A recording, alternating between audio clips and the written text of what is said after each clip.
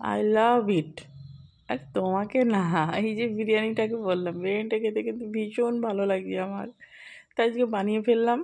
দেখো বেরেস্তা ভেজে নিয়েছি, আর মশলা দেখো কি দিয়েছি, আদা রসুন মানে যা সাধারণ দেয় মশলা মাংসের মধ্যে সেই দিয়েছি। কিন্তু এর মধ্যে জিরে গুঁড়ো ধনে গুঁড়ো দিইনি আমি, এর মধ্যে দিয়েছি জিরে দিয়েছি, মরিচ দিয়েছি, কিছুটা কাজু দিয়েছি, কিশমিশ দিয়েছি, আর কয়েকটা লঙ্কা দিয়েছি যাতে ঝালটা ঠিকঠাক মতন থাকে। কেন বেশি গোলমরিচ দিলে মানে মরিচ দিলে না টেস্টটা কিন্তু পাল্টে যায়, তখন কিন্তু আর খেতে পারবে না খাবারটা।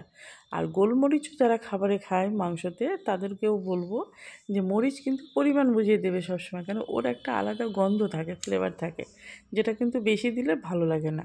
এ দেখো মশলাটা কষানো হয়ে গেছে, দেখছো? পুরো খাবারটা কিন্তু আমি ঘিয়ে করেছি। আর বিরিয়ানিটা সবসময় কিন্তু ঘিয়েই রান্না হয়, ঘিয়ে রান্না করলে টেস্টটা কিন্তু অসাধারণ হয়।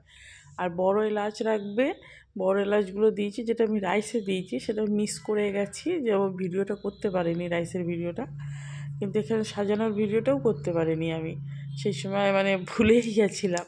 তাও আরেকদিন করব, সেদিন তোমাদেরকে সবটা দেখাবো, কিন্তু তোমরা মশলাটা দেখে নাও কীভাবে তৈরি করেছি।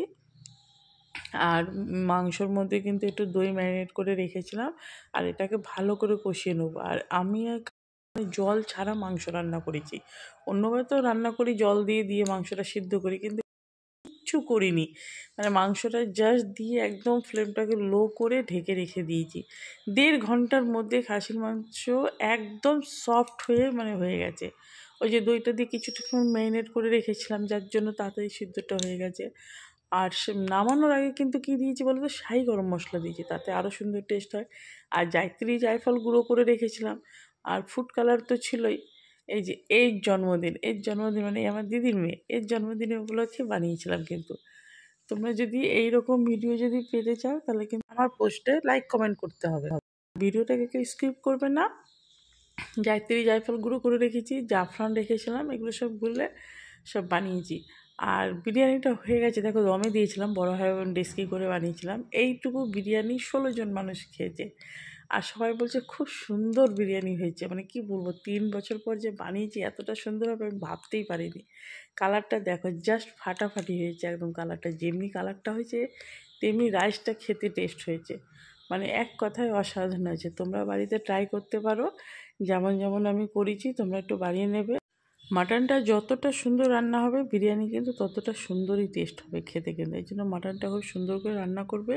আর এই দেখো রাইসগুলো দিচ্ছি, কি মনে হচ্ছে একদম ঝরে ঝরে পড়ছে না? আমাদের এখানে একান্ত আপনে বলে ঝরে ঝরে পড়ছে, তাই আমি ওদেরকে বলছি দেখ বিরিয়ানিটা আজকে ঝরে ঝরে পড়ছে। মানে কি বলবো, ভীষণ ভালো লাগছিলো আমার আজকে, যে এত বছর পর বানিয়েছি তাও দেখো মানে রান্নাটা ভালো হয়েছে। তাহলে বন্ধুরা এখানেই শেষ করি, তাহলে এবার কেকটা কাটা যাক। Happy birthday to you, happy birthday to you, happy birthday dear Isha, happy birthday to you.